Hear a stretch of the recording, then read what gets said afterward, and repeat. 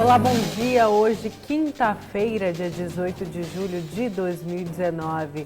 O A Notícia de Frente está no ar e aqui ao meu lado eu tenho o prazer da companhia do professor Lorenberg e do Antero Paes de Barros. Bom dia, professor. Bom dia, Nayara. Bom dia, senador Antero. Bom dia, telespectador. Bom dia, Antero. Bom dia, Nayara. Bom dia, professor Lorenberg. Bom dia a telespectador e ao telespectador. Bom, então eu quero começar o A Notícia de Frente de hoje sabendo os destaques de vocês. Vamos começar com o professor Lorenberg. Qual que é seu destaque para hoje, professor? Nayara, houve um levantamento do Tribunal de Contas da União e nesse levantamento apareceram dados interessantes sobre o gasto dos presídios e o déficit de vaga nos mesmos presídios. Por exemplo, o Brasil tem 1.507 unidades ativas e 423.242 vagas. E, no entanto, cresce cada vez mais o número de presos, portanto, o déficit é muito grande. Certo, professor. E o seu, Antero? Meu destaque continua sendo a Grampolândia Pantaneira e a aula de jornalismo do Jornal Gazeta. O Jornal Gazeta, da edição de ontem, foi um jornal que eu li e guardei.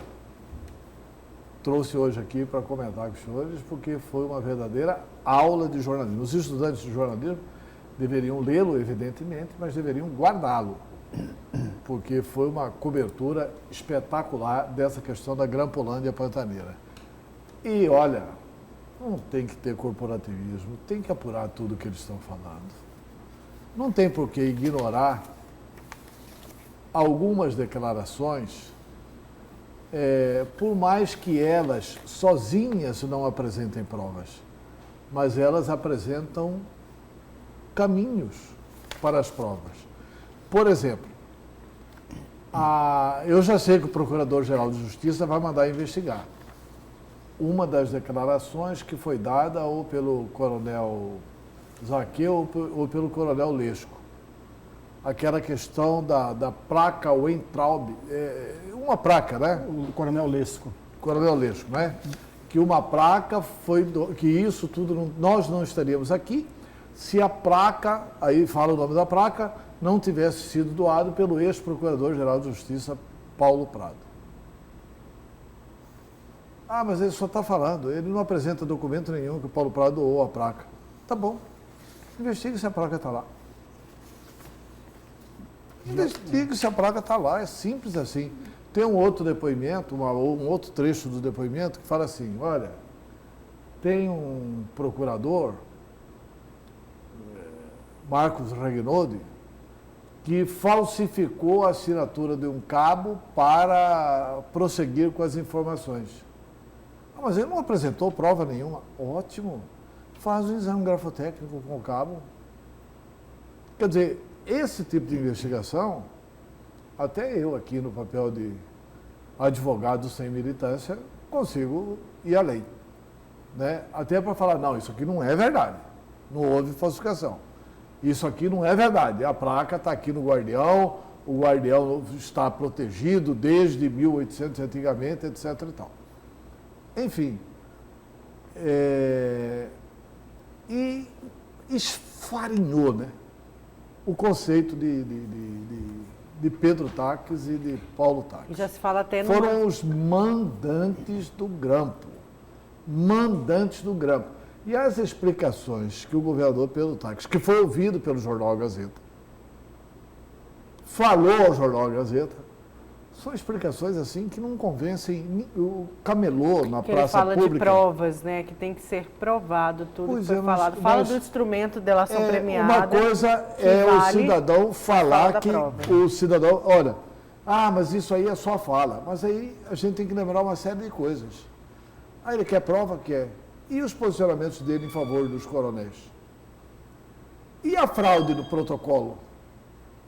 Porque o Pedro Taques tem razão, ele tem que mostrar o interesse de agir do funcionário lá do protocolo da Casa Civil em fraudar o protocolo. Porque assim, Zaqueu e Lesco confessaram que cometeram os crimes que nós sabemos que o Mauro Zac comunicou para o governador Peltax.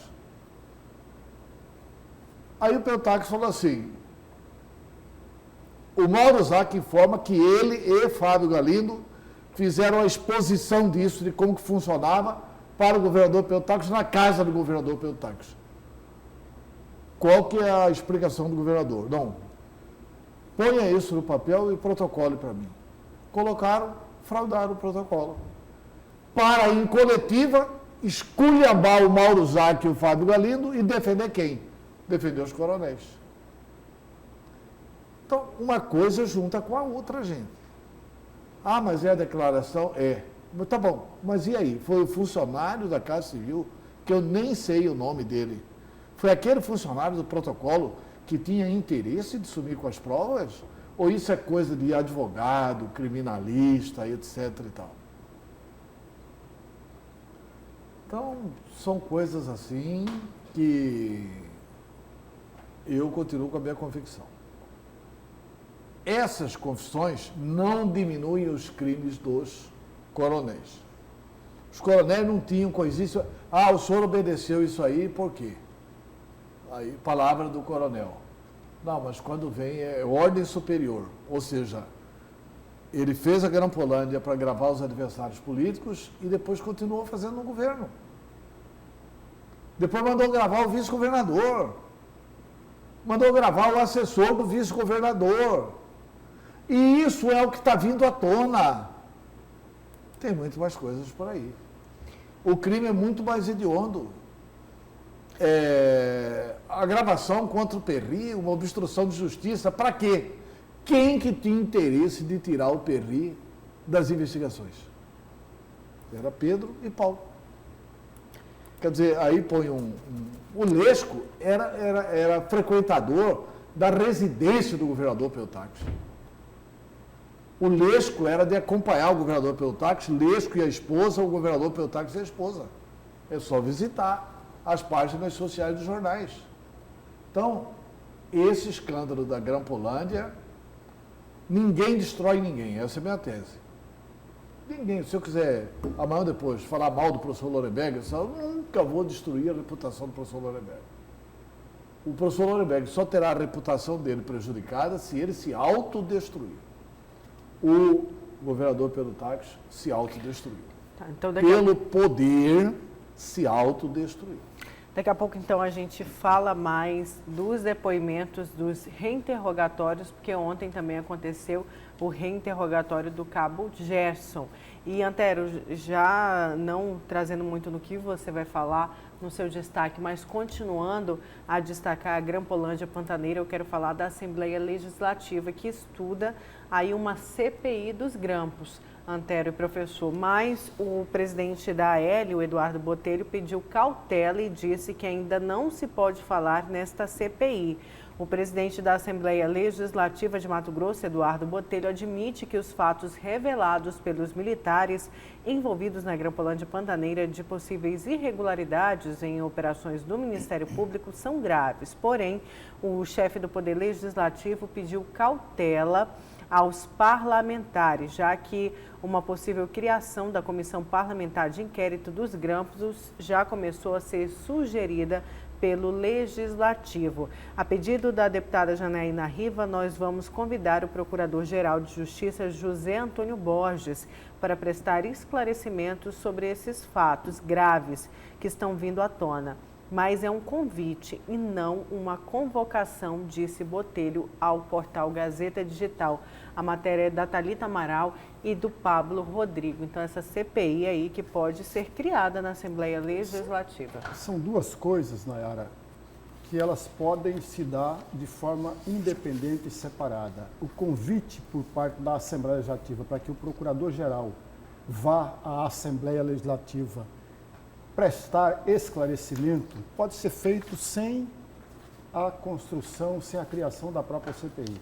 Por outro lado, a criação da CPI também pode ser feita independentemente da ida ou não. Aliás, a ida do Procurador-Geral não precisa nem ir com a criação da CPI. Poderá participar, poderá ser convidado depois.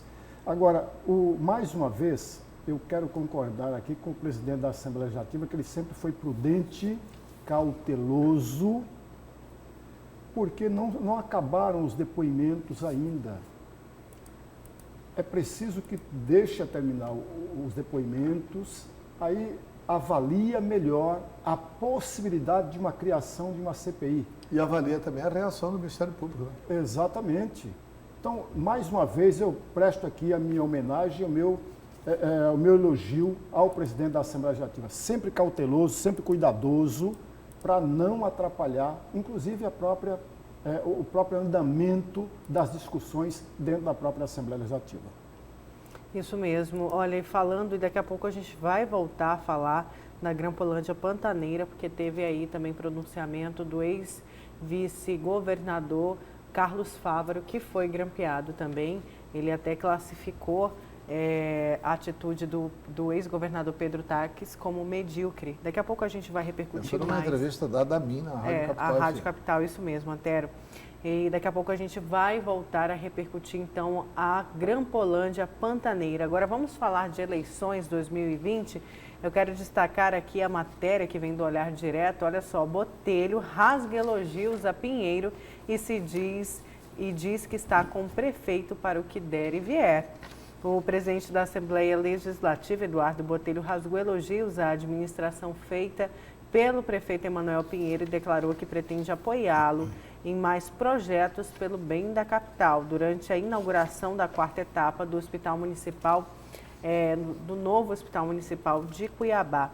Os elogios vão de encontro com recentes declarações feitas do prefeito de que Botelho, assim como o ex-governador Júlio Campos e o senador Jaime Campos, principais líderes do Democratas, apoiam o seu projeto de reeleição à Prefeitura de Cuiabá. Então, mais um apoiador aí, mais um cabo eleitoral, como ele já disse, né? Que Júlio Campos é apaixonado pela administração dele como um dos... Eu não faço essa leitura, Nayara. Assim, eu faço uma leitura seguinte: o Cuiabá tem uma mídia a favor impressionante, né? Isso aí saiu. Tu acha que foi um elogio pequeno que acabou tomando grandes proporções, elogio da administração por si? Sim, o Emanuel é muito protegido pela mídia. A matéria foi do Olhar Direto. Pois é, o Emanuel é muito protegido pela mídia. Então, essas matérias que saem assim no Olhar Direto, eu não tenho dúvida nenhuma que o deputado Eduardo Botelho defende uma candidatura do DEM. Essa dúvida eu não tenho, pelas entrevistas que o deputado Botelho deu aqui para nós. O deputado Botelho disse que não é candidato, mas citou que o DEM tem candidatos. O deputado Botelho, inclusive, tem advogado internamente no DEM que o DEM acolha logo a filiação de Roberto França no DEM, com a condição do Roberto França ser candidato a prefeito de Cuiabá. Então, quem está com esses interesses, ele é amigo do Emanuel Pinheiro, foi colega deputado do Emanuel Pinheiro, tem respeito pelo deputado Emanuel Pinheiro. É evidente que numa inauguração de pronto-socorro ele vai elogiar o prefeito Emanuel Pinheiro. Agora, daí a mídia colocar, olha, Botelho está apoiando, etc. e tal, é um exagero do Olhar Direto. Eu acho que daqui a pouco a gente tem que criar um site, um Bundesmann da mídia, né, para fazer uma avaliação da mídia. Porque não é possível uma coisa dessa. Não vejo nessas informações, porque se isso fosse verdadeiro, gente, na inauguração do Hospital Municipal, toda a mídia está presente. Não teria saído isoladamente no Olhar Direto. Né? Não teria saído isoladamente. Se alguém que tem mais simpatia pelo Emanuel Pinheiro, acha que o Emanuel está fazendo um trabalho bom, etc. e tal, gosta dele por vários motivos e acaba... o Botelho não falou mal dele, claro, e nem não vai falar. E nem vai falar. Sobretudo numa inauguração, né? Não, nem na inauguração e nem na campanha. Não é o estilo do Botelho. Entendeu? Mas eu prefiro tomar as declarações do Botelho aqui nesta mesa. De que ele defende que o DEM tenha candidato. E ele citou do DEM Fabinho Garcia, ele citou do DEM Gilberto Figueiredo, que é um candidataço. Na minha opinião, o Gilberto hoje é melhor candidato que o Fábio Garcia. Porque o Fábio Garcia desapareceu do mundo político. Ele era deputado federal. Aí ele vai para o anonimato voluntariamente na suplência do senador Jaime Campos. Aí ele vai para Rondonópolis ajudar a administrar as empresas da família. Tudo bonito. A única coisa que não está bonita é ele continuar na presidência do DEM sem fazer política para o DEM. Aí ele acha que de vez em quando ele dá uma entrevista contra o Emanuel Pinheiro, que isso vai habilitá-lo a ser candidato a prefeito de Cuiabá. Não vai. O Fábio Garcia, ou ele reconsidera logo o seu projeto político, ou ele estabelece, não, eu vou cuidar da família. Pronto, beleza, tem todo o direito de fazer assim, mas não tem o direito sequer de ocupar, sem atuar politicamente, a presidência do Democratas. Porque é um partido importante que está sem fazer política. Ou qual a articulação do Fábio Garcia na política de Mato Grosso nos últimos 6 meses aí do governo Mauro Mendes? Nenhuma. O que o Fábio Garcia fez? Só deu entrevista em desfavor do Emanuel Pinheiro. Só. Nada mais. Gilberto Figueiredo. Gilberto Figueiredo está com uma missão gigantesca, mas eu não sei se vocês viram as imagens da Santa Casa de Cuiabá. Já viram? Já. Vão impactar, hein? Muito bonito. A Santa Casa é um hospital do tamanho do novo hospital municipal. É bom lembrar Todo que esse estruturado. novo hospital municipal é um projeto do prefeito Mauro Mendes. Tudo que tem ali foi o Mauro Mendes que projetou. E é bom lembrar que o Gilberto pegou a Santa Casa e fez uma nova Santa Casa. Em tudo que ele mesmo falou aqui pra gente, tudo que deu para mexer, nós mexemos. Mexeu. O senhor já viu, professor, as imagens de lá? São lindas as imagens. Eu vou fazer questão absoluta de visitar a Santa Casa como jornalista e tal, para fazer uma entrevista com o Gilberto lá na Santa Casa, antes da inauguração. Então, assim, eu acho que o Gilberto Figueiredo pode ser a grande novidade desse pleito, se der tempo de fazer as entregas na saúde. Que eu não sei se dá. Porque é muita coisa que precisa ser feita na saúde. O Fábio Garcia, se é um autoexilado, ninguém mandou ele para o exílio, ele se autoexilou, político. E o DEM, que é o partido do governador, do senador, de ex-governador, não tem candidato para prefeito de Cuiabá. Se quiser ter, tinha que chamar o Roberto França com esse compromisso de ser candidato. Porque o Roberto França, se quiser ser candidato, o Roberto França é um nome forte à prefeitura. E ele já falou que também só sai se for para ser candidato. Porque não vai ser vice, prefeito. né? Sim. É. Olha, eu quero falar de educação. Ontem nós mostramos aqui um vídeo do ministro da Educação, Abraham Weintraub, falando de que havia liberado 4 milhões e meio. E ontem nós tivemos a estreia do Medeiros nos jornais nacionais, né? Como repórter especial de Brasília? De Brasília. De Brasília, José Medeiros. Pois é, no vídeo o ministro falava de que já havia conversado, que ele ficou sabendo na quinta-feira passada desta crise da semana passada, da crise enfrentada pela UFMT. E de que na sexta, não foi isso, professor? Ele teria liberado 4 milhões e meio para a UFMT. E aí a conta de energia foi cortada, a energia foi cortada na terça. É isso? Para a gente contextualizar? Pois é. Mas a UFMT rebateu o ministro da Educação e disse que a verba para pagar energia só foi liberada após o corte, ou seja, só foi liberada após terça-feira. A Universidade Federal de Mato Grosso rebateu o ministro da Educação, Abraham Weintraub, que afirmou ter autorizado o repasse de 4 milhões e meio na última quinta, dia 11.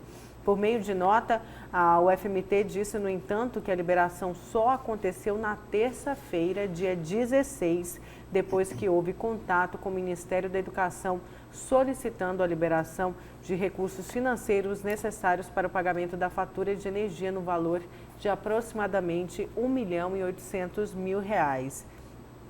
Então, foi essa, a universidade rebateu aí o que foi dito pelo ministro. O que não alivia, na minha opinião, a universidade. Olha aqui, é muita incompetência. Eu vou, assim, se o professor Laurenberg fosse reitor da Universidade Federal de Mato Grosso, sabendo que o dinheiro está liberado, duvido que o professor Lorenberg deixaria cortar a luz da universidade. Uai, senta lá em frente a direção da Energisa e mostra para eles, está aqui o contato, está aqui a audiência, está aqui o negócio, o dinheiro está saindo, o dinheiro sai na terça e corta a luz na terça, e são 18 meses de atraso de luz. Desculpa, mas não justifica isso. É incompetência da Universidade Federal de Mato Grosso. É incompetência da Universidade Federal de Mato Grosso. Ainda que o dinheiro tenha sido liberado na terça. Mas falta checar tudo isso, né? Falta checar se foi na terça, se foi na segunda, né? Falta checar. Eu acho, será que a universidade queria que tivesse isso para fazer uma campanha política contra o ministro? A religação foi dada no mesmo dia, na mesma terça-feira, à noite. Eu tenho uma nota aqui de uma coletiva que aconteceu na tarde de ontem, falando o seguinte: os 4,5 milhões foram liberados com limite de empenho, uma espécie de cheque que não pode ser usada na hora. Por isso, não foi usado quando o ministro da Educação liberou na semana passada. Com corte de energia, liberaram o valor somente no valor da dívida. A conta foi paga ontem, ou seja, quinta-feira, porque o Banco do Brasil só libera o limite de 1 milhão. Ontem, levaram para a Energisa mostrando o documento de que o MEC estaria fazendo repasse do valor para a conta ser paga, na verdade na quarta, para ser paga ontem. Com isso, depois de 1 hora, a Energisa religou a energia da UFMT. Pois é, mas leia o início da nota que você leu. Releia o início. Os 4,5 milhões foram liberados com o limite de empenho, uma espécie de cheque que não pode ser usado Quer dizer, na hora. o que aumenta a incompetência. Eu tenho um cheque que não pode ser usado agora, que o Banco do Brasil vai liberar daqui a pouquinho. Esse cheque podia ter sido mostrado à Energisa podia também. ter ido lá na Energisa e negociar. É incompetência da Universidade Federal de Mato Grosso. Incompetência total. Não dá para amenizar a situação da universidade. E Ariela só lembra aqui para mim, no ponto de que ontem que eles levaram esse cheque. Então, o cheque só foi liberado na terça, é isso, Ariela? Só para eu entender. Porque foi só liberado na terça e não na sexta-feira, como havia dito o ministro. Não, tá bom. Isso pode ter mentido. Ah, não. A Ariela só fala, o dinheiro foi liberado na sexta, mas eles levaram o cheque só na quarta-feira na Energisa. Ou seja, foi liberado na sexta e eles foram incompetentes de negociar com a Energisa, pelo amor de Deus. Eu não estou aqui. Entre a Universidade Federal de Mato Grosso e a Energisa, eu sou universidade. Agora, nesse caso, é a Energisa, pelo amor de Deus. O acordo com o Ministério foi feito na sexta. Eles só levaram na quarta para a Energisa. Então, é uma coisa difícil. E ainda para a Energisa é muito estranho isso. Muito estranho isso. Muito estranho isso. Eu acho que tem que despetizar essa questão de universidade. Pois é, num vídeo, até mesmo... O PT mesmo, fez um mal para as universidades até brasileiras. mesmo na questão da teoria da conspiração, né? No vídeo que a gente soltou aqui na Notícia de Frente, foi um vídeo divulgado pelo José Medeiros, o ministro Abraham disse que a reitora Miriam Serra havia sido indicada pela ex-presidente Dilma Rousseff. A professora, pois é, a professora, aí a UFMT rebate essa fala. A professora assumiu a gestão em 2016 e permanece para poder permanecer até 2020. E ela teve a preferência da comunidade universitária numa consulta aí, então foi feita essa consulta e ela teve a preferência da comunidade. Ela foi eleita. Faz tempo que o PT não perde eleição nas universidades. E eu quero saber se é bom a gente continuar elegendo reitores das universidades. Mas, olha, eu acho que a Energisa poderia contribuir com essa nossa conversa falando a respeito, porque eu já vi uma conversa, Antero, dizendo que há mais de 30 dias havia uma negociação entre a universidade e a própria Energisa. Se isso for verdadeiro, veja, eu não estou afirmando, se essa conversa, se essa negociação de fato aconteceu, a Energisa errou em fazer o corte. E a nossa produção Imediato. já buscou essa informação junto à Energisa, mas a companhia disse que não vai comentar sobre esse assunto. É como uma empresa particular, É. ela não é obrigada Lasque-se o público, né? Ela é obrigada, sim. Ela deveria comentar. É um erro de comunicação grave Exatamente. da Energisa. Ela deveria comentar. Ela deveria comentar. Se bem que assim, eu sou da Universidade Federal, eles não vão ter coragem de cortar a luz da Universidade Federal. Não funciona assim. No mundo privado. Ninguém é obrigado a fazer investimentos privados para ceder energia de graça à Universidade Federal de Mato Grosso, né? Por que não as universidades públicas brasileiras não serem tocadas à energia solar? Fica muito mais barato, com 3 anos você paga tudo e depois não tem mais quando energia, né? Olha, ainda falando de educação, professor Ian Tero, o MEC quer um fundo de 102 bilhões para estimular recurso privado em universidades. O Ministério da Educação apresentou ontem o Futurice, programa que pretende estimular a captação de recursos privados para as universidades e institutos federais. O plano será de adesão voluntária pelas instituições. Entre as ações anunciadas pelo MEC estão a criação do Fundo de Investimento e a possibilidade de contratos de gestão com as OS, as organizações sociais, que poderão atuar na administração de recursos e também do patrimônio das instituições. O Futurice também prevê estímulo ao investimento de recursos privados nas universidades por meio de projeto de inovação, em troca de compensação financeira. O programa traz como medidas a utilização econômica do espaço público e a concessão dos names rights, que é o campi e edifícios das instituições de ensino. Olha, a princípio, esse projeto, esse programa, a princípio, ele tem um ponto altamente positivo. Por que eu estou falando a princípio? Porque eu não conheço de fato o projeto, de fato o programa. Como eu não conheço, então, quando eu li essa notícia, eu fiquei muito feliz.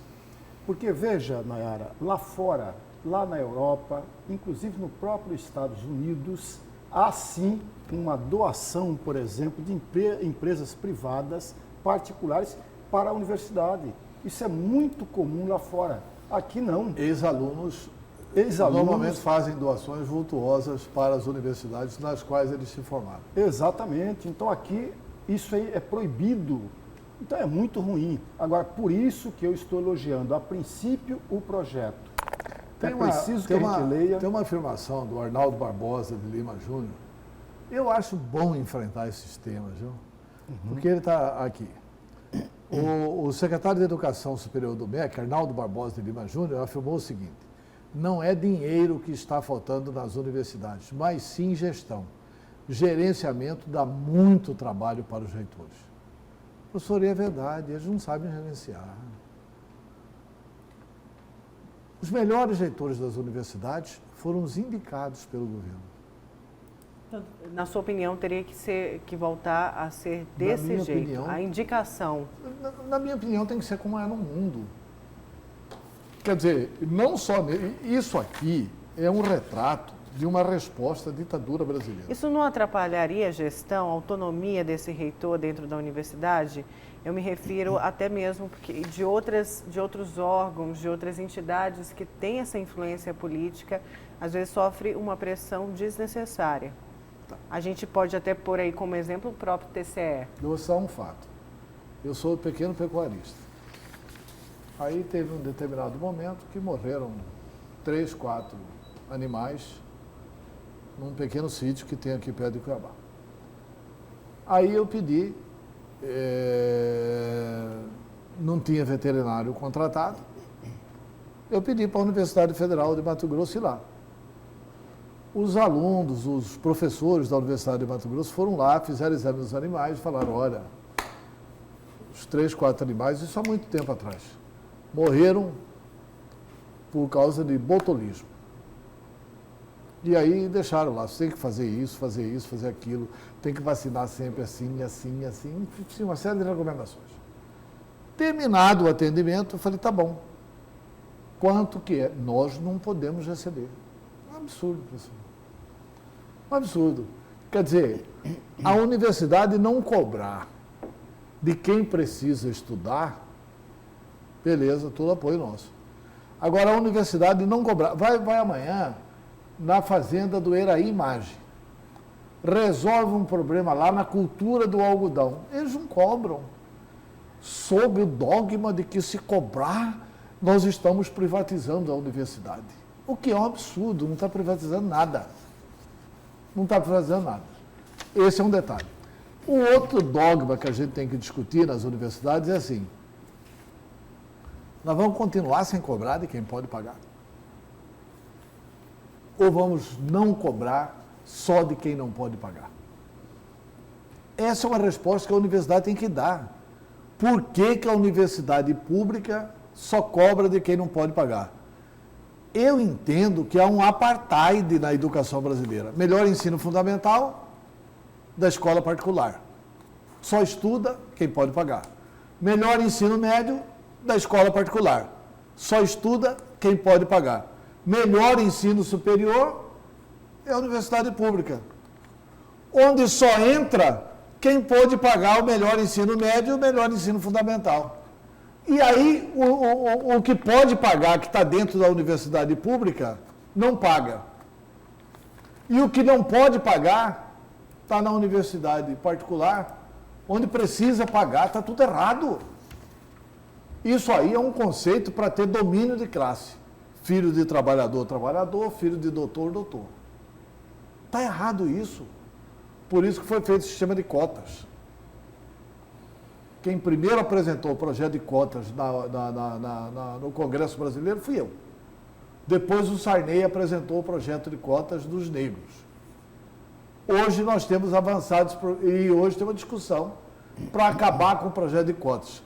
A Sociedade Média Negra Americana, ela se firmou depois do projeto de cotas. Agora, isso não inviabiliza discutir algumas coisas na educação brasileira, eu não digo só na universidade. E acho, só para fechar, que essa questão da universidade é uma resposta da sociedade à ditadura brasileira. Porque a ditadura proibiu tudo. Na época da ditadura, é ela que indicava os reitores. Então, de 64 até a década de 80, não tinha mamãe me dói, não tinha essa democracia de votar. Aliás, não votava nas capitais. Aliás, não votava para governador do estado. Isso foi uma conquista da década de 80 para cá. Em 82 nós tivemos a primeira eleição de governador, em 85 a primeira eleição de prefeitos de capitais e de áreas de segurança nacional. Cáceres aqui era considerado área de segurança nacional, não tinha eleição. Era indicado pelo governo federal.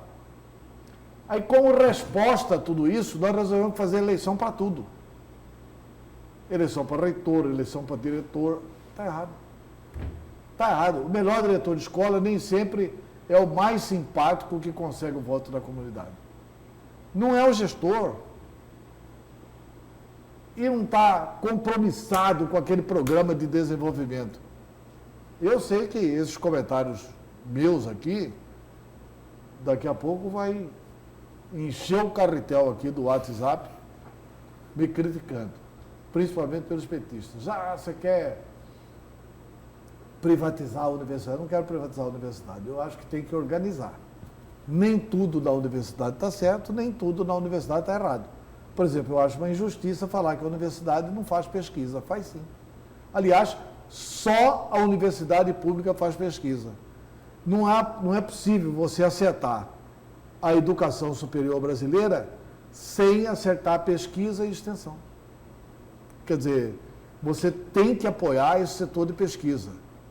Quer dizer, então tem muito erro do governo Bolsonaro quando ele ataca, por exemplo, a questão das bolsas, quando ele impede a formação de mestres, quando ele impede a formação de doutores.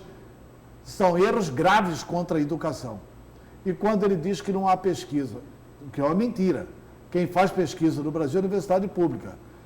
Ao mesmo tempo que o governo deve fazer isso, o governo também deve exigir que as universidades privadas façam pesquisa. E não só lucrem com aqueles que pagam na universidade privada. Certo. Vamos aqui seguir com outras notícias, ainda falando das notícias nacionais, e que a gente para e faz essa reflexão toda, né, professor, que o Antero traz aqui para a gente. E eu também já tive serviços prestados pelas federais e não cobrados. Então a gente para fazer essa reflexão e lá dentro existem profissionais de excelência, né, que precisam ter, inclusive, o seu trabalho Estado, né? valorizado. Onde está a inteligência professor? do Estado, é na Universidade Federal. Né? Olha, vamos falar de política agora. Sem Ciro, PDT suspende Tabata e outros 7 que votaram a favor da Previdência. O presidente do PDT, Carlos Lupe, anunciou ontem a suspensão provisória da deputada federal Tabata Amaral e outros 7 colegas que votaram a favor da reforma da Previdência, contrariando as orientações do partido. Lupe e os membros da Executiva Nacional da Comissão de Ética e de Movimentos Sociais se reuniram ontem em Brasília para começar a debater a instauração de processos disciplinares. A expectativa é que todo o processo dure entre 45 e 60 dias. De acordo com o rito estatuário, os envolvidos terão prazo para apresentação da defesa junto ao PDT. Eu, particularmente, concordo com a postura do PDT, porque ele suspendeu não apenas a Tabata, mas os 8 parlamentares que votaram a favor da Previdência Social, contrariando a determinação do partido. É preciso que a gente comece a fortalecer o que há de mais sagrado no partido político, que é o seu estatuto. O seu estatuto é sagrado, deve ser respeitado literalmente. Porém, há um outro detalhe que é preciso também observar. É do PDT aquele senador Assir que está preso e que foi levado pela Comissão de Ética e a Comissão de Ética... O que ia para o Caribe? Exatamente, é do PDT. E na Comissão de Ética não aconteceu nada. Aliás, não identificaram nenhuma culpa ao senador que continua preso, cumprindo a prisão agora domiciliar de 4 anos e 6 meses. Ele foi para domiciliar em maio, foi agora. Em maio agora. Percebe, amigo telespectador, é preciso respeitar o estatuto na sua completude total. Porém, não pode tratar um integrante de uma maneira e outro integrante de outra forma. Só se vai fortalecer o partido político, a meu juízo, quando o partido for de fato respeitado. Mas antes de mais nada, o partido tem que se respeitar. E respeitar o partido passa pelo estatuto partidário. Eu só tenho uma pequena divergência com o comentário do professor Lorenberg. Eu também acho que o partido tem que ser respeitado, o estatuto do partido tem que ser respeitado. Eu fui do PDT, ou o estatuto mudou, ou o PDT está fazendo uma violência contra o estatuto do partido. A executiva do partido não pode fechar a questão. Quem pode fechar a questão é uma convenção nacional. Eu não tenho notícia de fechamento de questão de convenção nacional do PDT. O PDT tem essa mania aqui de caudilismo. O Brizola tinha liderança para fazer isso, o Lupe não tem liderança para fazer isso. Ele está punindo sem ter feito o fechamento de questão de forma adequada. Porque não são os 7 membros, 11 membros da executiva do PDT que tem que determinar o rumo do partido. É a convenção nacional do partido. Isso tinha que ter colocado em debate na convenção nacional do partido. A Tabata e os outros 7 teriam todo o direito de ir lá e argumentar contra. Se ela perdesse na convenção nacional, ela é obrigada a seguir o campo majoritário. Não teve nada disso, pessoal. Não teve nada disso. Uma decisão de cúpula. Qual que é a outra gravidade disso? Eu vou ler o texto aqui para mostrar a gravidade. A expectativa é que todo o processo dure... O que eles decidiram? Decidiram suspender os membros, certo? Provisoriamente. Provisoriamente suspendeu. A expectativa é que todo o processo, quer dizer, esse processo de apuração no Conselho de Ética, dure de 45 a 60 dias. De acordo com o rito estatutário, os envolvidos terão prazo para apresentação da defesa. Ao final desse período, a direção nacional do PDT quer dizer, olha, eu vou te dar chance de defesa, mas você já está suspenso. É uma bacana. Olha, você vai ter toda a chance de se defender, mas já está suspenso, já está punido. Já exponho aqui publicamente. A suspensão já é uma punição. Já é uma punição. Quer dizer, ele suspende a Tabata e os outros 7, mas olha, está garantido o seu direito de defesa. E sobre essa suspensão, qual foi o direito de defesa que eles tiveram? Nenhum. Nenhum. Então, isso aqui, para mim, é arremedo de democracia. Isso aqui, e é uma pena, porque eu torço tanto pelo Ciro e gosto tanto do PDT.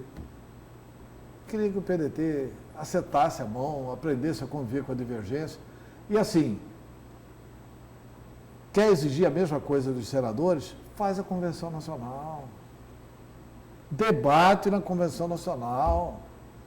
Não tenha medo de submeter a militância. E a militância decide, mas também cumpra, se a militância decidir o contrário. O que eu acho difícil. Eu acho que a militância definiria como quer a executiva. Mas debata. Qual é o problema de debater? Medo do argumento contrário? Assim, então eu concordo com o professor Lorenberg, tem que fazer valer o estatuto do partido, mas tem que fazer valer o estatuto do partido. E não a vontade de quem está temporariamente no comando do partido. Vamos então para o nosso primeiro intervalo, tomar aquele cafezinho, professor Antero. Na volta a gente continua com o programa A Notícia de Frente, não saia daí.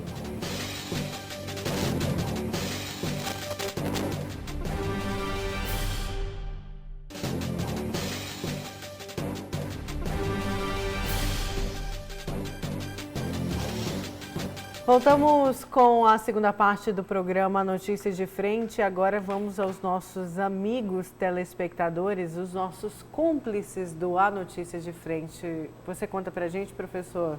Temos uma boa lista aqui, viu, Nayara?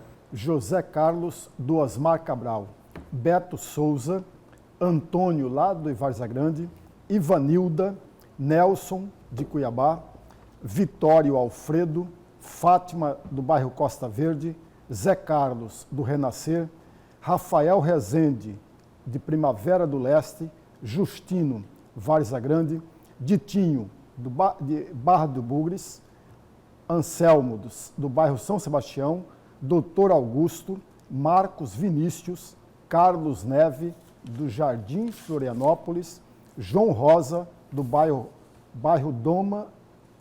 Dom Aquino, Carlete Castro, de Tesouro, Dona Dirce e Raimundo, Nevilton Moreno, do bairro Pedregal e Sebastião, do Jardim Brasil. Um abraço, então, para os nossos cúmplices. Antero, temos mensagens? Temos aqui algumas mensagens. Nelson do Ana Maria, ele manda o seguinte: bom dia, Antero, Nayara e professor Lorenberg. A Universidade Federal de Mato Grosso é reduto do PT. Acho que é jogada política para denegrir a imagem do governo federal. Eu não gosto dessa história de denegrir. Por que não é embranquecer? Né?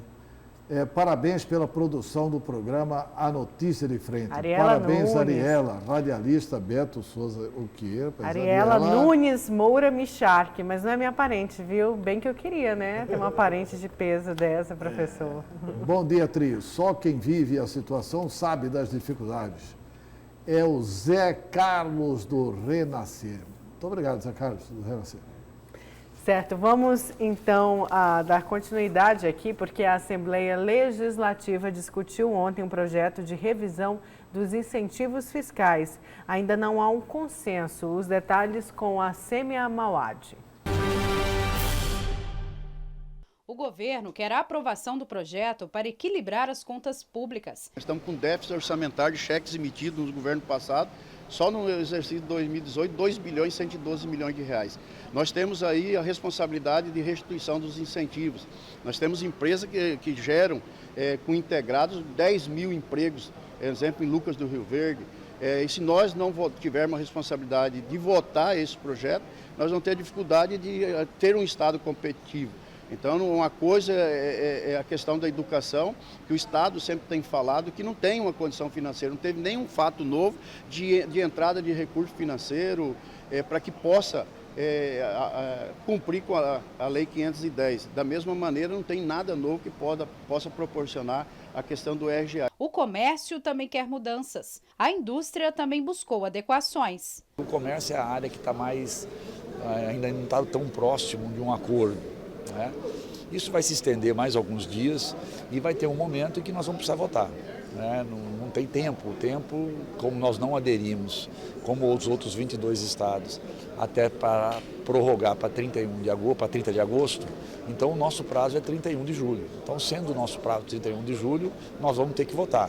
Então, os debates vão continuar e a partir de um certo momento da semana que vem, nós teremos que já encaminhar para as resoluções finais e teremos que decidir isso tudo no voto no plenário. Um grupo de deputados ainda articula a prorrogação do prazo para a aprovação dos projetos de incentivo fiscal. Isso porque o CONFAS chegou a promulgar convênio que permitiu que 22 estados do Brasil tivessem o direito de adiar a validação dos benefícios. Mato Grosso não aderiu ao convênio.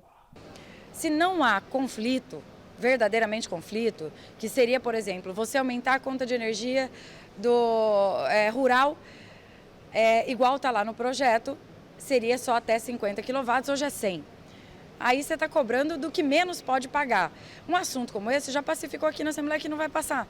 Se tiver algum conflito, acho que como esse, se houvesse, aí eu acho que seria interessante prorrogar. Mas como não tem nenhum conflito gritante, eu acho que aqui nós já temos hoje um ambiente favorável para fazer a votação, né? Lembrando que hoje ele vota como ele veio, seco. E aí agora nós começamos a incluir o substitutivo integral, a sugestão do governo, a Assembleia, para fazer a votação na semana que vem de um projeto que é acordado com a Assembleia, governo e também com os segmentos. Nós estamos conversando com todos os deputados que têm se posicionado. O que eu sempre falo é que projetos de lei, quando você tem dúvida dele, faça uma boa leitura, entenda o projeto e põe sua proposta, vê qual que é a modificação. Nós estamos buscando com todos os deputados isso.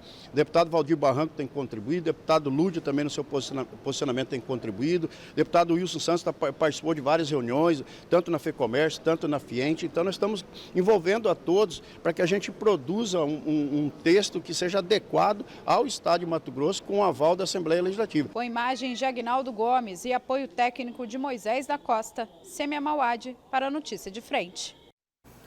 E o deputado estadual pelo PP, Paulo Araújo, participou ontem do Jornal do Meio-Dia. Ele falou sobre a greve da educação e também sobre o projeto de revisão dos incentivos fiscais. Confira na reportagem. O senhor participou das negociações da última proposta que foi encaminhada para o governador Mauro Mendes, mas foi rejeitada. Que proposta era essa e qual que foi a explicação? Vários deputados efetivamente assinaram essa proposta, que é justamente cumprir o acordo da Lei 510, né, que se refere à questão especificamente da educação. Nós participamos também de uma reunião com o governador do estado, né, principalmente com os deputados da oposição, deputado Lúcio, deputado Barranco, deputado João, deputado Eliseu, enfim, e outros deputados, né, principalmente aqueles deputados que têm a base ligada ao servidor público. No meu caso, eu também sou servidor público de carreira da Secretaria Estadual de Saúde, a exemplo de outros deputados. O que a gente vinha negociando, primeiro, é um posicionamento muito firme da bancada ligada ao serviço público, aos servidores públicos. Primeiro, nós somos a favor da reforma tributária. Aqueles que defendem e têm a bandeira, exemplo dos dois deputados do PT e outros deputados, porque precisa ficar bem claro. Primeiro, o posicionamento. E naquele momento, como governador, nós buscávamos justamente uma articulação política republicana no sentido de nós avançarmos na questão da reforma tributária, para que nós possamos ter ampliar a receita, o aumento de receita e que com certeza nós poderíamos pagar não só a questão da lei específica da educação, mas também pagar o RGA aos servidores, né? Então, essa articulação, ela continua acontecendo, né? Alguns deputados, inclusive da oposição, já se posiciona favorável à aprovação da reforma tributária, porque seria... Condicionando o fim da greve a essa aprovação? Então, também, porque hoje a questão, nós temos duas leis que conflitam, né? Uma lei estadual que conflita com a lei federal, que é a lei de responsabilidade fiscal.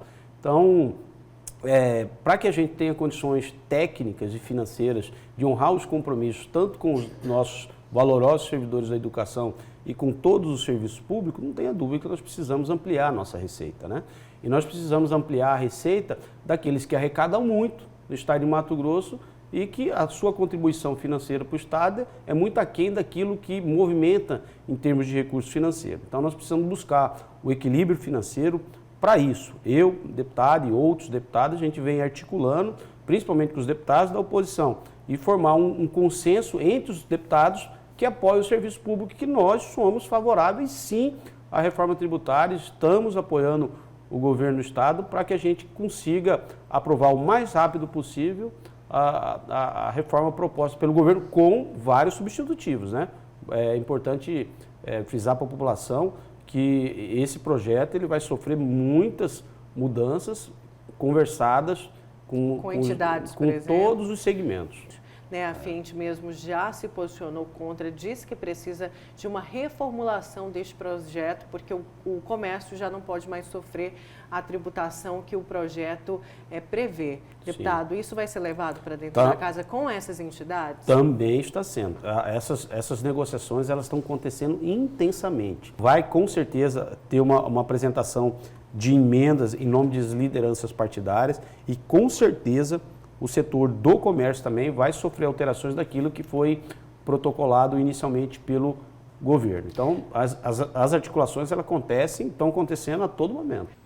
Certo, essa então foi a entrevista do deputado Paulo Araújo, do PP, falando também da greve da educação, que agora é prioridade.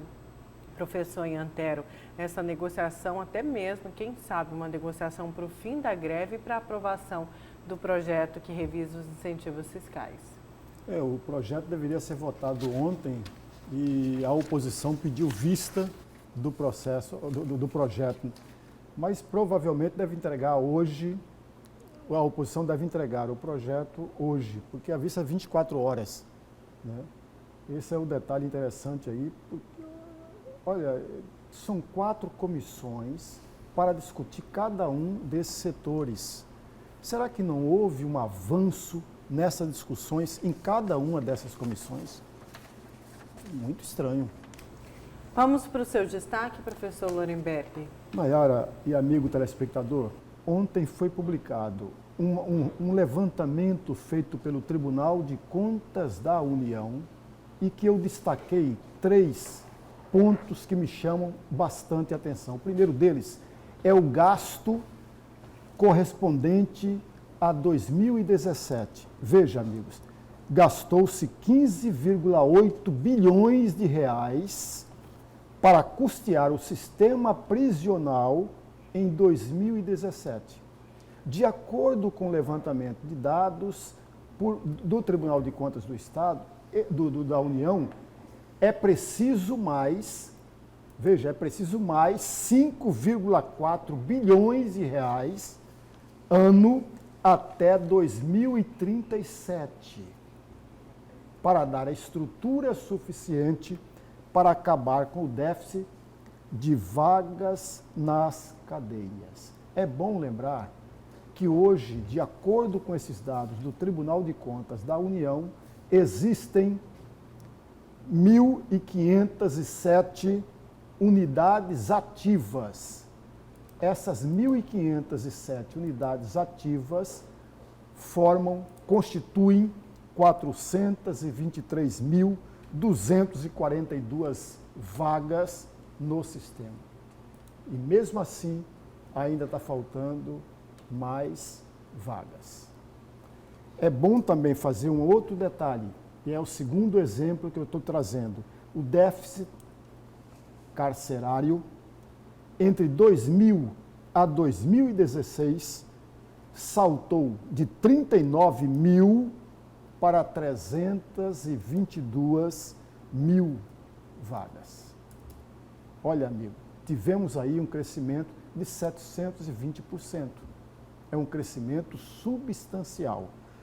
Por outro lado, não se pode também perder de vista o dinheiro, ou melhor, o fundo, os repasses do Fundo Penitenciário Nacional, e que são obrigatórios esse repasse. Projetados a partir de 2020, a partir do ano que vem, em 17,94 bilhões de reais por ano. Não, esse dinheiro não é suficiente, de acordo com o Tribunal de Contas da União, não é suficiente para fazer frente às necessidades do sistema penitenciário nacional. A UOL, o site UOL, fez uma entrevista com uma professora da UNB, e essa professora disse a seguinte frase, entre aspas: nenhum país da América Latina e do mundo cresce tanto a população carcerária como o Brasil. Fecham aspas. Isso serve para nossa reflexão. E aí, já trazendo uma opinião muito particular, esses presos que custam, de acordo com o Tribunal de Contas da União, 23 mil por ano, custariam, Nayara, muito mais se estivessem soltos, se estivessem fora da prisão. E isso me leva a uma outra reflexão. O papel do presídio, o papel do sistema penitenciário é a ressocialização. Uma palavra antiga, mas que sequer é colocada em prática, porque o presídio é de fato uma escola do crime. É uma escola do crime mesmo. As pessoas vão presas, quando voltam, quando saem, ficam muito mais especialistas no crime. Por outro lado, não se pode também perder de vista um detalhe, só para terminar, que existem hoje, de acordo com cálculos oficiais, 44% dos presos, das pessoas que estão presas, 44% sequer tiveram um julgamento. Isso significa dizer, em linhas gerais, que existem muitas dessas pessoas que já cumpriram a pena. Pois é, professor, quando o senhor fala da ressocialização, falta investimentos nesse setor e eu trago para o estado de Mato Grosso. Já entrevistei algumas vezes o juiz da Vara de Execuções Penais, o juiz Fidelis, e ele sempre falava disso. É preciso criar colônias penais aqui no estado, é preciso criar um projeto de ressocialização para que esse preso saia na cadeia e consiga um espaço no novo mundo que ele vai ter na sua frente e não fique aí sem espaço e volte a cometer os crimes, porque é isso que acontece, né? A cadeia é a escola do crime, a pessoa sai e vai pôr em prática tudo que aprendeu, porque não tem outra forma, não tem outros mecanismos. Isso eu trago aqui para o estado de Mato Grosso, que falta esse investimento na ressocialização. E além de tudo, a gente não pode perder de vista que o governo tem que implementar, viabilizar outros programas públicos mesmo, para poder, sobretudo, estimular, ter o crescimento nas áreas periféricas. Quando eu falo em áreas periféricas, não estou dizendo que o crime só acontece na área periférica, não. Pelo amor de Deus, não é nada disso. Crimes acontecem também nos condomínios de luxo, mas muitas vezes esses crimes no condomínio de luxo, ele é abafado, ele não vem a público. Portanto, passa a ideia que lá não acontece, e acontece muito, mas muitos crimes. Certo, vamos então para o nosso próximo intervalo. Na volta a gente continua com a notícia de frente. Tem ainda Grampolândia Pantaneira, não saia daí.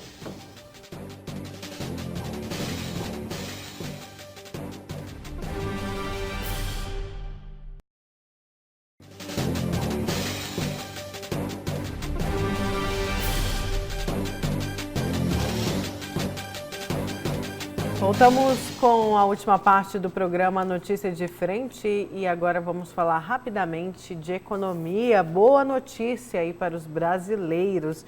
Bolsonaro diz que o governo deve anunciar detalhes nessa semana sobre a liberação do saque do FGTS. e o presidente confirmou então essa liberação do saque do FGTS. E o presidente Jair Bolsonaro, do PSL, confirmou ontem que anunciará ainda esta semana as regras para a liberação do saque do Fundo de Garantia do Tempo de Serviço. Em sua passagem pela cúpula do Mercosul em Santa Fé, na Argentina, Bolsonaro afirmou que a medida é uma pequena injeção na economia. E aí, o que a gente ainda não tem anunciado em concreto pelo ministro da Economia, Paulo Guedes, mas as regras devem ser as seguintes, pelo que já foi dito pelo Ministério da Economia. Até R$ 5.000 os saques devem ser de 35%. Até R$ 10.000 no fundo, lá no FGTS, o saque deve ser de 30%. Entre 10 mil e 50 mil ainda está indefinido. E acima de R$ 50 mil, a pessoa vai poder sacar 10% deste valor. Lembrando que é tanto para inativos quanto ativos, que são os que ainda estão trabalhando no sistema CLT, porque no governo do Michel Temer foi liberado o FGTS para os inativos, né, para aqueles trabalhos que não tinham mais o vínculo, mas tinha ali o depósito do FGTS. Então deve realmente aquecer a economia do país, assim como foi feito com o inativo, que já deu um grande salto na economia. Agora, liberando o ativo e ativo, deve ser melhor ainda. Nayara, eu particularmente, eu posso estar enganado, existe um ponto positivo e também um ponto negativo. O ponto positivo é que tem muitas pessoas que precisam pagar as suas dívidas e ele vai nessa liberação e paga as suas dívidas. Porém, daqui a pouco, eles voltam a contrair outras dívidas. Portanto, o ponto positivo é exatamente, vai apaziguar, vai diminuir o desgaste dessa família ou desse trabalhador. O ponto negativo, por ser essa medida paliativa, porque ela não provoca e não tem como provocar um número maior de empregos. Aquelas pessoas que estavam desempregadas e que buscam nessa liberação, elas vão continuar desempregadas. Portanto, aí é o lado negativo. É preciso que o governo comece a dar possibilidade para o crescimento da economia. Não é apenas o crescimento do consumo. Então é preciso a gente observar isso e fazer uma reflexão sem a paixão de A ou B ou C. Crescer o consumo é uma coisa. Possibilitar um crescimento permanente, constante da economia é uma outra muito diferente. Até porque nós continuamos com 14 milhões de desempregados. Certo, olha só, e nesta quinta-feira, dia 18, os vereadores de Cuiabá devem votar as contas do prefeito Emanuel Pinheiro no ano de 2018. Já na quarta, ontem, os parlamentares cuiabanos dedicaram-se a outros dois assuntos: restabelecer o pagamento do Prêmio Saúde a 5.700 servidores públicos e também a aprovação da LDO. Confira na reportagem. Bom dia. Nesta quarta-feira, os vereadores de Cuiabá se dedicaram a 3 assuntos principais. Um deles foi a votação da LDO, a Lei de Diretrizes Orçamentárias de 2020. O Executivo estabelece uma meta de tantas reformas, de reformas de escolas, 10 escolas, 12 escolas, 20 escolas. E o vereador pode emendar isso, ampliar essa meta, solicitar, fazer uma emenda para ampliar essa meta, para majorar a meta estabelecida pelo Executivo, né? Aí, na LOA, nós especificamos aonde. Essa é a diferença, assim, de um jeito mais simples de explicar para a população. Vai saúde, educação, trânsito, tudo, habitação, tudo que envolve os trabalhos da Prefeitura para a sociedade cuiabana se planeja na LDO e coloca-se as metas. Aí sim a Câmara tem que apreciar, tem que votar, pode ser feito também as emendas. Os vereadores de Cuiabá se dedicaram em resolver a pendência sobre o Prêmio Saúde. Ele foi suspenso para 5.700 servidores, depois que o conselheiro Moisés Maciel, do Tribunal de Contas do Estado, atendeu um pedido de vereadores da oposição ao prefeito Emanuel Pinheiro. Os vereadores reclamaram que o Prêmio Saúde era pago ao secretário municipal de saúde, Luiz Antônio Poças de Carvalho, no valor total de R$ 7.500. Com isso, o município acabou suspendendo o pagamento a todos os servidores. Conversar com o Tribunal de Contas, também vamos conversar com o prefeito Emanuel Pinheiro, que não pode ter esses pais de família perdendo, nesse momento, esses prêmios, que realmente ajuda dar uma tranquilidade a esses pais de família que trabalham incansavelmente pela saúde de Cuiabá. Já hoje, quinta-feira, é dia da Câmara Municipal de Cuiabá apreciar as contas do prefeito Emanuel Pinheiro do ano de 2018. Também tem uma sessão extraordinária para que a gente possa apreciar a conta do prefeito, vai ser colocado em plenário em votação e os demais projetos de vereadores e do Executivo também. Com apoio de Juarez Emílio e imagens de Edilson Paulo, Antônio Carlos Silva, para a Notícia de Frente. Então, hoje deve acontecer a aprovação das contas do prefeito Emanuel Pinheiro. Vamos falar então de Grampolândia, Antero, vamos para o seu destaque, porque tem muita coisa que deixou a gente chocado, né? Ainda confirmando aí, confirmado pelo Cabo Gerson no depoimento de ontem. Eu ainda não... Era um mega esquema, isso daí ficou muito claro. Super mega esquema. O Cabo Gerson já confirmou que foram mais de 120 nomes grampeados. Alguns falam em 70 mil. O Cabo Gerson diz que destruiu as placas, que ele guardou muito tempo as placas na casa da mãe dele, mas depois ele ficou com medo de uma busca e apreensão, então ele destruiu as placas e as jogou no Rio Cuiabá. E que, portanto, é impossível recuperar os áudios. Seria bacana, né, se ele tivesse as... E ele lamenta hoje de ter destruído as placas, porque aí ele poderia provar com as placas de que as placas eram do GAECO. Tem várias situações. Eu prefiro o seguinte, né?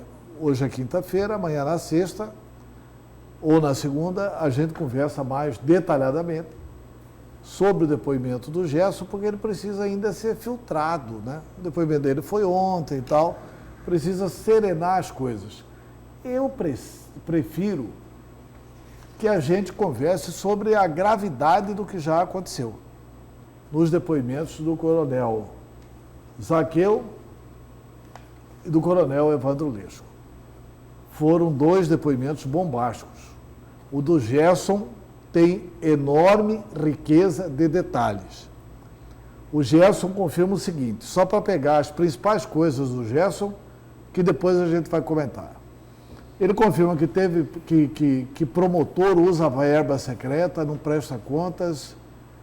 Ele não usou essa expressão, mas ele usou a afirmação de que some com dinheiro. Traduzindo, rouba o dinheiro. Que teve promotor que arrumou moto com dinheiro. Que teve promotor que comprou cachorro com dinheiro.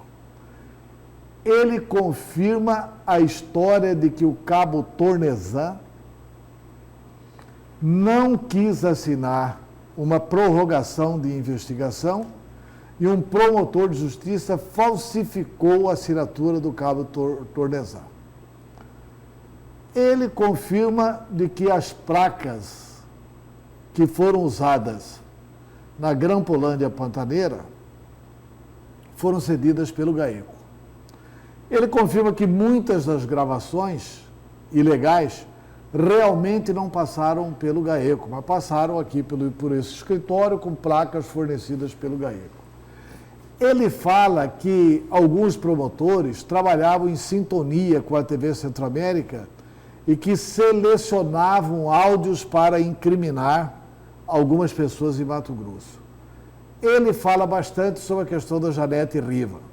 Ele fala sobre a fiscalização e o grampo em cima do Coronel Mendes. Sabe quem é o Coronel Mendes? O Coronel Mendes, ele chegou a ser segurança do deputado José Riva. O Coronel Mendes é só o marido da juíza da 7ª Vara Criminal, Ana Cristina Mendes. E, portanto, esse caso, felizmente, não está com a juíza Ana Cristina Mendes, não que eu desconfie dela, para não levantar nenhuma suspeição, mas o marido dela foi também grampeado. E foi através do grampo no Coronel Mendes que eles tomaram conhecimento da indicação de Janete Riva ao Tribunal de Contas do Estado de Mato Grosso. E que tudo isso foi por ordem de Pedro Taques e Paulo Taques. E que tudo começou num restaurante em Chapada dos Guimarães, que Paulo Taques deu dinheiro do bolso dele para comprar novas placas, novos equipamentos, etc. e tal. Enfim, eu acho, primeiro, que a imagem que o Pedro Taques queria que a história guardasse dele nunca mais será a mesma. Ele não vai ser mais o homem que combateu o crime organizado e que prendeu João Arcanjo Ribeiro, etc. e tal. Ao contrário, ele vai ser um parça, né? Um parça dos que cometem crimes em Mato Grosso. O crime cometido pelo Estado, porque isso continuou enquanto ele era governador. Eu tive a oportunidade de entrevistar o vice-governador, que se disse surpreso pelo fato, o vice foi grampeado e um assessor do vice foi grampeado, segundo ordens do governador Pedro Taques, para a Casa Militar. Isso tudo foi revelado pelo Coronel Lesco. Quantas e quantas vezes nós não vimos o Pedro Taques na televisão defendendo o Coronel Lesco, defendendo o Coronel Siqueira, defendendo o Coronel Zaqueu, defendendo os militares, falando que isso tudo não existe. E assim,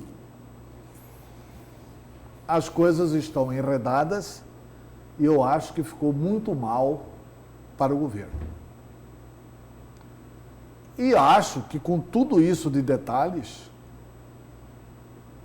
não acho que é café requentado, que não tem nada a ser investigado e que, portanto, a delação não devia ter sido aceita. A delação devia ter sido aceita sim. Porque tem muito fato grave aqui revelado, inclusive contra membros do Ministério Público. A pior polícia é a que não investiga os crimes da polícia. O pior Ministério Público é o que não investiga os crimes cometidos por membros do Ministério Público. Se cometeram crimes, paciência. Ah, mas tinham um passado glorioso. Então, beleza. Pedro Taques também tinha um passado glorioso, mas merece ser denunciado. Paulo Taques também era uma pessoa inatacável, antes de se saber disso tudo, mas merece ser denunciado.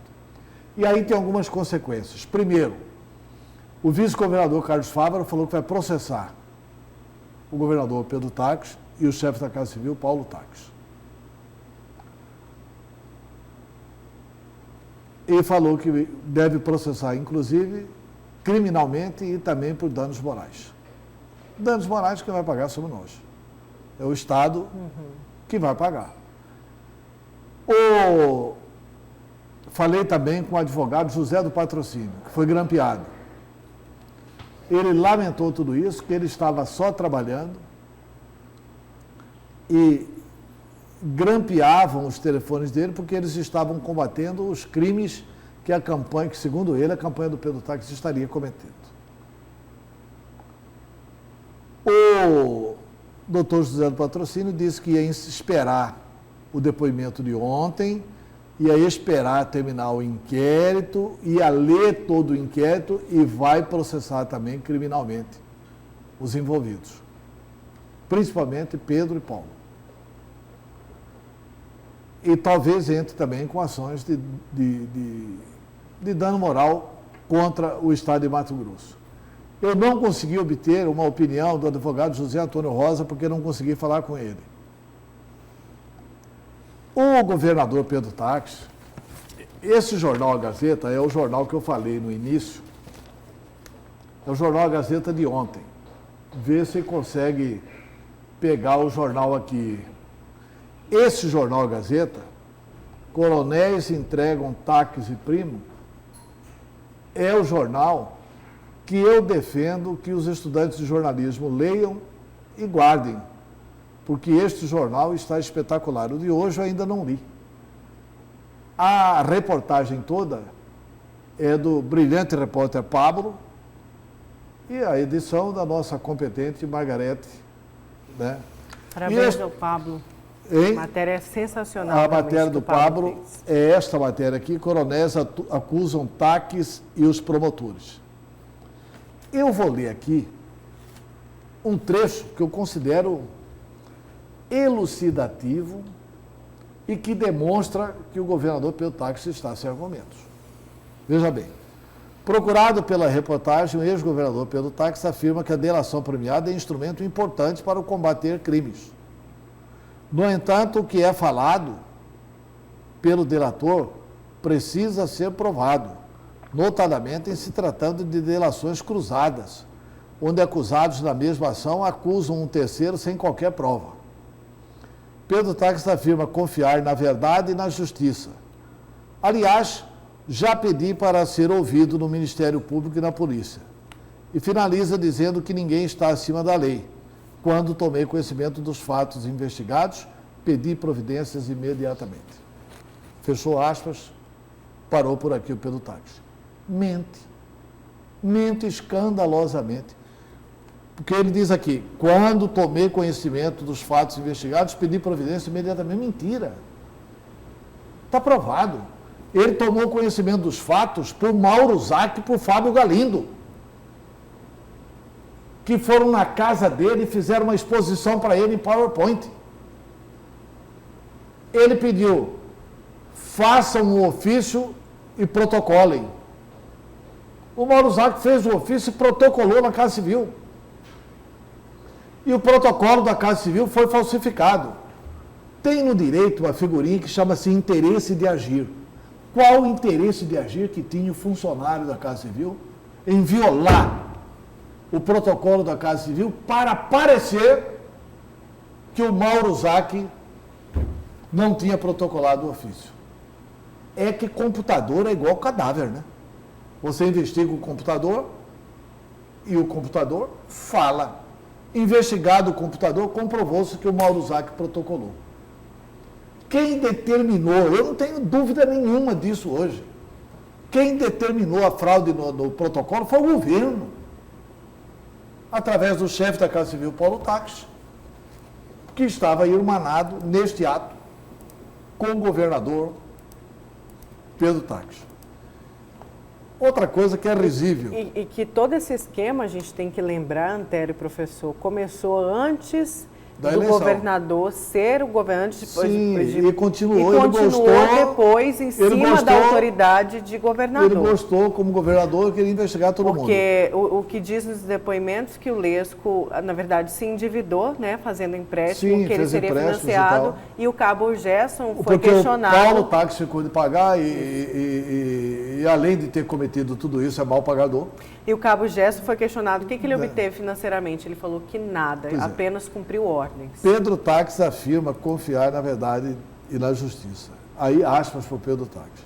Aliás, já pedi para ser ouvido no Ministério Público e na Polícia. Coisa de advogado criminalista. Alguém tem dúvida que o Pedro Táxi vai ser intimado para depor? Alguém tem dúvida que ele vai ser ouvido pela polícia? Alguém tem dúvida que ele vai ser ouvido pelo Ministério Público? Alguém tem dúvida que o Ministério Público vai ouvir o governador, ouvir o Paulo Táxi? Eu não tenho essa dúvida. Mas só para encerrar, porque o nosso tempo está acabando, e a gente volta sexta-feira, segunda-feira, porque esse assunto não vai acabar por aqui, porque a gente tem que pegar agora a repercussão dos fatos, a partir da repercussão na Assembleia, onde o professor Lambert comenta, e eu concordo com o comentário, que o Botelho fez muito bem de não abrir CPI. A Assembleia só abre a CPI se for para investigar de verdade. Não abra mais CPI de chantagem lá na Assembleia Legislativa de Mato Grosso. Chega! Chega! Se for para investigar de verdade, abra. Se não for para investigar de verdade, não abra. Agora, quem precisa dar explicações é o Ministério Público. Tem vários promotores citados. Por que eu me preocupo com isso? Porque se o Ministério Público, eu recebi lá na rádio um e-mail assim, Antero, se o Ministério Público que vai investigar o Ministério Público é a mesma coisa que o PT investigar o Lula. Não vai dar nada, né? O PT para investigar Lula não vai dar nada. Eu acho que o Ministério Público tem que se despir do corporativismo e investir na instituição. Eu confio no procurador Zé Antônio Borges, confio no Domingos Sávio. É o perfil dele. Confio no Domingos Sávio, confio no procurador Zé Antônio Borges, mas eles não podem ter espírito de corpo. Olha aqui, um promotor falsificou a assinatura, facílimo de investigar. É só fazer exame grafotécnico do cabo. Se não for a assinatura do cabo, depois faz do promotor indicado como suspeito. E essa coisa de compra de cão, de conserto de moto, de investigar. Ah, mas o Marco Aurélio foi um gigante no GAECO, porque vazou tudo para a Centro-América. Ótimo. Mas o Marco Aurélio tem que dar explicações, gente. Isso não pode ficar sem investigação. E tem que ser investigação como quer o desembargador Orlando Perrin, acompanhada pela OAB, e não intramuros, só entre os membros do Ministério Público. Mais do que nunca, o Ministério Público precisa utilizar o que cobra dos outros, a transparência. Tomara que tudo fique em pratos limpos e que os culpados vão para a cadeia. É isso que eles merecem. Isso mesmo, e como disse o Antero, a gente vai voltar a repercutir a Grampolândia Pantaneira aqui no A Notícia de Frente e também em toda a programação jornalística do Grupo Gazeta de Comunicação. Muito obrigada, professor. Muito obrigada, Antero. Obrigado a você, obrigado, professor. Até amanhã. Obrigada. Até amanhã.